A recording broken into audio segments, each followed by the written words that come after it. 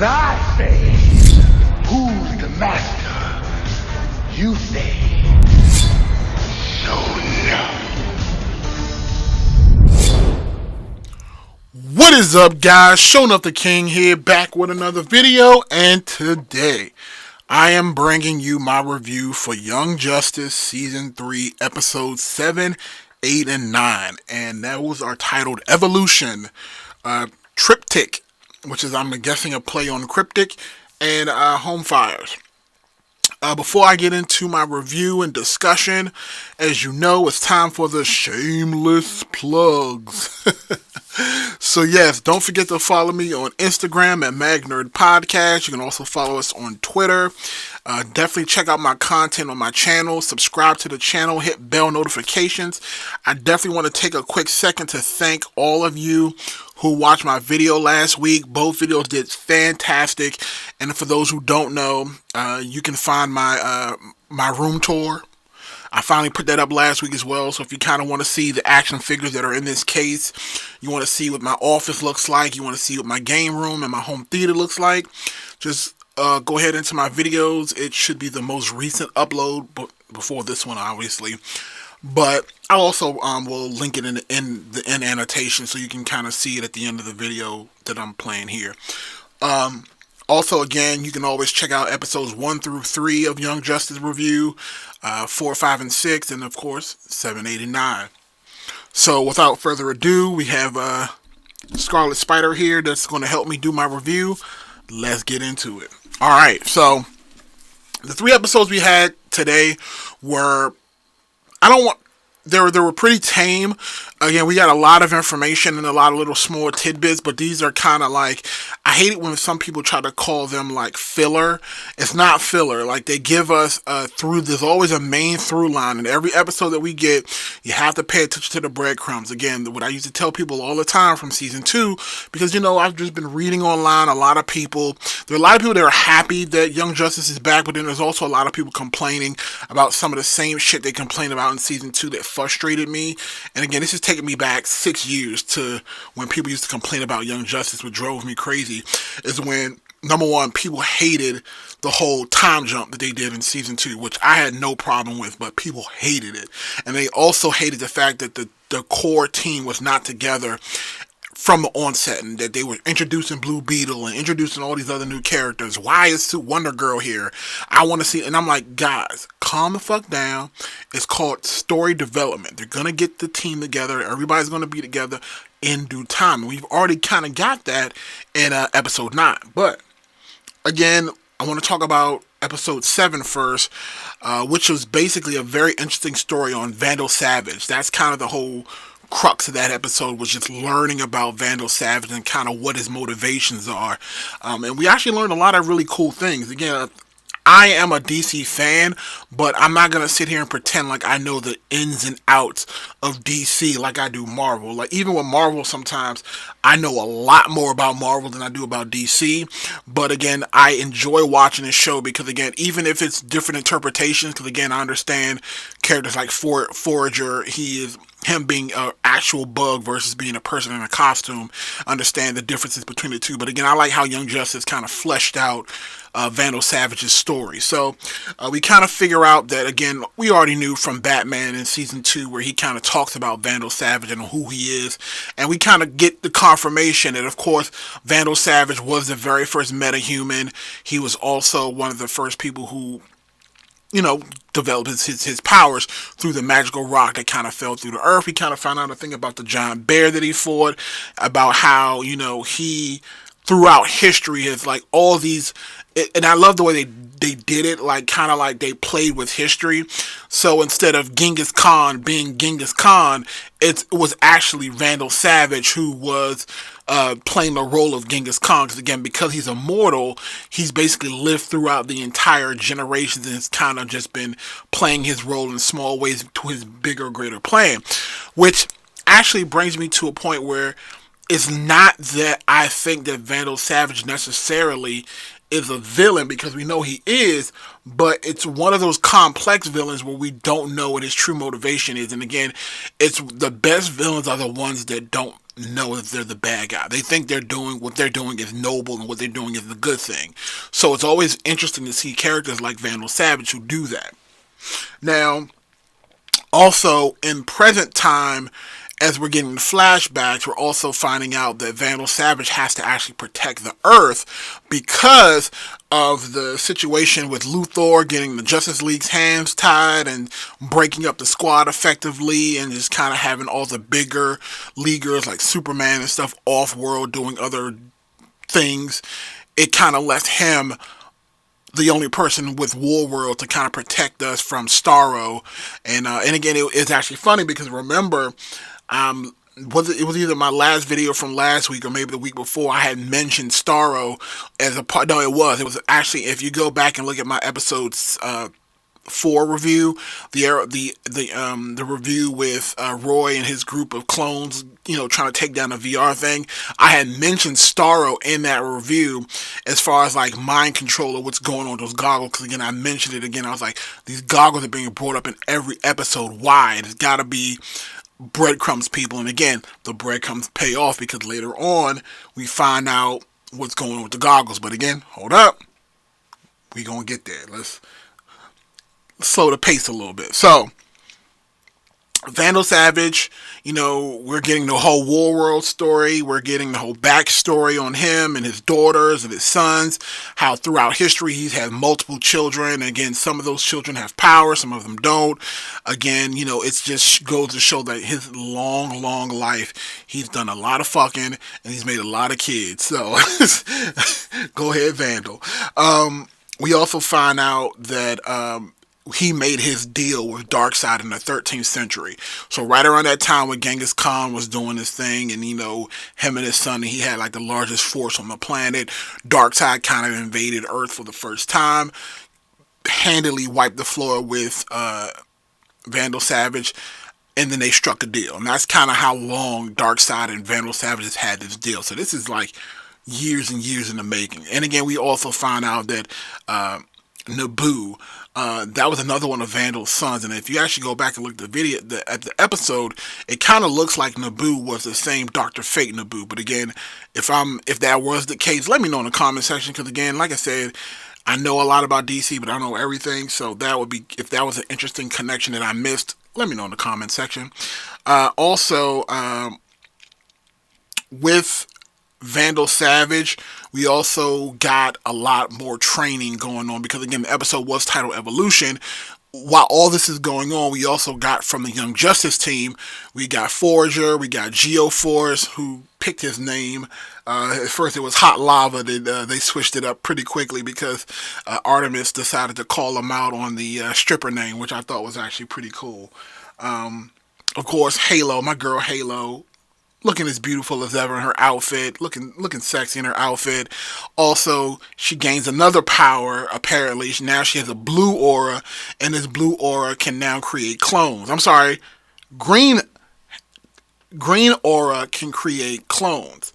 And the funny thing is that those clones that she can create are of herself, and she can also create clones of her teammates as well. So, once again, we get another episode of proving why Halo is the most OP person in the damn series right now. And again, I still think that her abilities must come from like New Genesis or something like that, because again, she knows so much information about the other worlds. It's kind of weird how all that stuff is downloaded into her brain. But so Halo gets her new green powers that give her copying abilities. So that was fantastic. Now, back to Vandal Savage, because I don't want to forget anything. Now, the only other thing that we learned after Vandal Savage defeats Starro and locks him back up, we still found out that Mongol is still locked up in War World, along with the other gladiator that fought the Young Justice team on Earth some years ago. So they're all still locked up now. Starro is also locked up in War World. And again, we just kind of get more development for Vandal Savage, which I love. So overall, I enjoyed that episode. I thought it was a great episode to kind of showcase Vandal. And again, because Young Justice is going to have over 20-something episodes, it's okay that we get these slower paced stories and not have to worry about it hurting the story overall, because again, there's more than enough time for us to get everything wrapped up in a nice tight bow. All right, so let's talk about triptych real quick. This episode told us stuff, but if I had to say my least favorite episode of the three would be this one. And the reason why is I didn't like how they switched things up the way they did, where like you started like 10 days in the future, and then you went back, you flashed back from the flash forward, and it was just going all over the place. Essentially with this episode, we kind of figure out that Branchwater, it's like a shell company, and under that shell company, once you go through all the different layers, it leads to Stag. And Stag is basically like a guy in a corporation that's basically been, instead of trying to get children, they've basically been working with current metas like Clayface, like Mist, and also Livewire. Like, these are like, we all know that Clayface is a big Batman villain. Livewire is one of Superman's villains. And Mist, I think she was a newer character. I've never seen her before as well. But again, her ability is she can turn into Mist. So all of them are basically being controlled with nanochips. And these nanochips are being installed by the Mad Hatter, who is also working with... Jesus, my brain is going blank right now. Excuse me.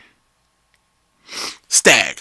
I apologize. So yes, so Mad Hatter is working with Stag, and then with Sportsmaster and with Cheshire, because we get again an introduction to Cheshire, and again it looks like Tigress is still protecting her sister, which she probably should.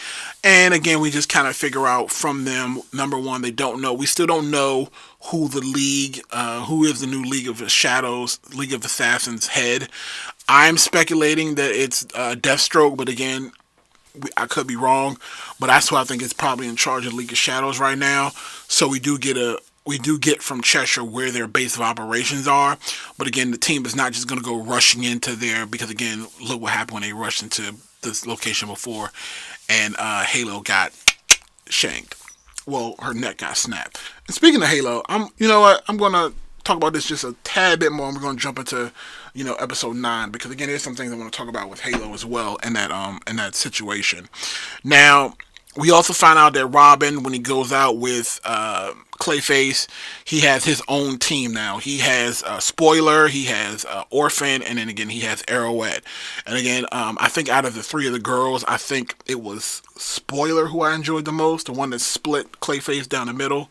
She was definitely my favorite. And again, I kind of like Robin having his own subgroup. And again, it's cool. The only other thing that we get from this episode of any note is in the battle in the hangar where we have Shadow. Is it Shadow? Shade. I'm sorry, Shade. Shade is the big metahuman that comes out of this episode on top. He's kind of has like the most interesting ability of everybody else, where he can kind of like throw you into his shadows, and he can kind of like teleport, kind of like Nightcrawler. He's very covert, and he kind of would focus best on espionage, to be honest with you. So he kind of comes out, and he actually captures G-Force. And when he captures G-Force in that bubble, it triggers Halo. And because again, it's all pretty much known at this point that Halo has the hots for Geoforce. It's kind of evident and clear. So when she finds out that Shade captures Geoforce, she kind of changes. And again, it's either silver or white color, explodes from her body, and it knocks out Shade and like makes his ability end, which frees Geoforce. Now again, I don't know what the premise of her power is. It looks like it could be reality bending, because again, we all know that Shade kind of had him trapped inside of his little shadow, which is kind of like breaking the boundaries of space-time continuum. But again, this is Halo, so she's OP as fuck, and I love it. So again, it's just very interesting to see exactly where this goes with her powers. Like, maybe she'll have one final power where she can just unleash the rainbow. Alright, so the last thing that I want to talk about is the motherfucking main man, Keithy Femme Lobo. Lobo. Yeah. So Episode 9, again titled "Home Fryers," is it's a weird one. It's a weird one, right? We find about the failsafe, and I'm going to jump around a little bit with this episode because it was very interesting. I tried my best, and again, this is another opportunity for you guys to comment in the section below and kind of fill in the blanks with me, because again, I don't remember everything. Like, I tried to pinpoint who was who. So apparently the light has a ultimate failsafe. If all else fails, basically their plan is kill the wives and children of all the superheroes. That's their break the glass thing. And again, they would never do that unless absolutely positively necessary, because again, they know the blowback from that. You can't come back from that. Like, you wouldn't be able to kill all the superheroes' wives and kids and expect for them to not come back and have mutual annihilation, because again, you kill Superman's kid, Superman's going to come back and kill you. That's just kind of how that's going to go. Now, again, it looks like, and again, I'm just going in order as they arrived at the house. It looks like it was Iris. Of course, Iris I know for sure, because again, it was Impulse who was holding his dad and was like, "Hey, Dad," and calling Iris grandma. So we already know that was Iris with her 2 kids, of which that we know Wally, or whatever his name is going to be her grandson. So that was that. Then who showed up next? Mira and her son. So we all know that Mira's with Aquaman, but it's weird because again, is that the former Aquaman? It is, Curry, Curry, Arthur Curry. Mira was with him, so we know that was his son that was with them. Then we had Jeff's wife and his 2 kids were there, and we already know that they have powers, because again, if you guys are watching a CW Black Lightning show, we already know that he has 2 daughters and they both have powers. So again, doesn't surprise me at all. Then we had Roy and his daughter, and speaking of Roy, an interesting thing came up. So I remember in the first episode, I said this stupidly. I was like, yeah, I noticed that, Artemis, Tigress, she woke up in this house and kind of still had, Wally's picture on her side of her desk. She's clearly in love still with, Kid Flash. The feelings are still there. And I saw her kind of go downstairs and kiss her niece and kind of like get their whole situation together.